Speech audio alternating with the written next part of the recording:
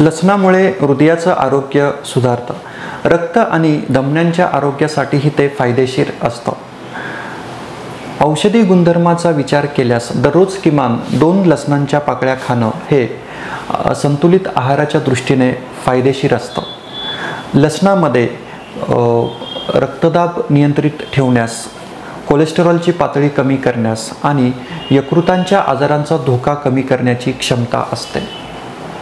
लसणामध्ये असलेली सल्फरयुक्त संयुगे यामुळे शरीरातील विषारी मूलद्रव्य बाहेर काढून टाकण्यासाठी मदत होते. ॲलिसिन हे लसणामध्ये असलेलं जे पोषण तत्व आहे त्यामुळे कोलेस्टेरॉलची पातळी कमी होण्यास मदत होते. लसूण हे नैसर्गिक प्रतिजैविक म्हणजेच नॅचरल अँटीबायोटिक म्हणून खूप उत्तम काम करतो. तसंच कॅन्सर रोखण्यासही मदत करतं. नियमित लसणाचं सेवन केल्यामुळे रक्तातील ट्रायग्लिसराईडची लेवल कमी होण्यास मदत होते. तसेच धमन्यांमध्ये प्लेक तयार होत नाही. पर्यायानं हृदयाचं आरोग्य हे खूप छान प्रकारे सुधारतं. मात्र लसणाच्या अतिसेवनामुळे काही दुष्परिणामही होऊ शकतात. गॅस्ट्रोइंटेस्टायनल समस्या म्हणजेच पोटाचे आजार, पोटदुखी, पोटफुगी, मुख दुर्गंधी यांसारखे आजार होऊ शकतात. अल्सर असलेल्या रुग्णांनी लसूण अतिप्रमाणात सेवन करू नये किंवा त्याचं खूप कमी प्रमाणात सेवन वैद्यकीय सल्ल्यानुसार करावं. आयुर्वेदामध्ये रसोन क्षीरपाक म्हणजेच लसूण हा दूध आणि पाण्यामध्ये उकळून त्यानंतर सेवन करणं अपेक्षित आहे.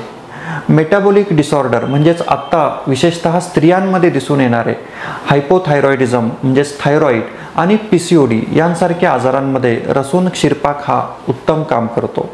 ते कसं सेवन करावं तर लसणाच्या 2 पाकळ्या त्या टेचून 1 कप दूध 1 कप पाण्यामध्ये टाकून ते उकळून 1 कप करणं आणि गाळून ते सेवन करणं.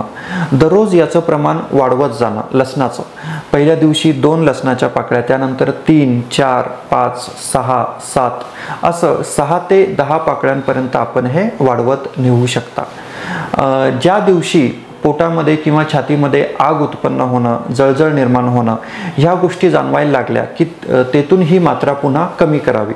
म्हणजे साधारण 6 लसणांच्या पाकळ्या घेतल्यानंतर हे जाणवायला लागलं तर त्यानंतर पुन्हा 5, 4, 3, 2 इथपर्यंत पुन्हा परत कमी करणं, परत वाढवणं, 3, 4, 5, 6 अशा प्रकारे वाढवणं, कमी करणं, परत वाढवणं, कमी करणं असं कमीत कमी 21 दिवस हे रसूण क्षीरपाकाचं सेवन करणं अपेक्षित आहे. आजाराची तीव्रता जास्त असेल तर अगदी 3 महिन्यापर्यंत सुद्धा रसूण क्षीरपाक आपण घेऊ शकता. उन्हाळ्यामध्ये याचं सेवन कमी करावं. एकांतिक पित्त प्रकृती असेल किंवा उष्णतेचे आजार असतील तर याचं सेवन हे कमी प्रमाणात करावं.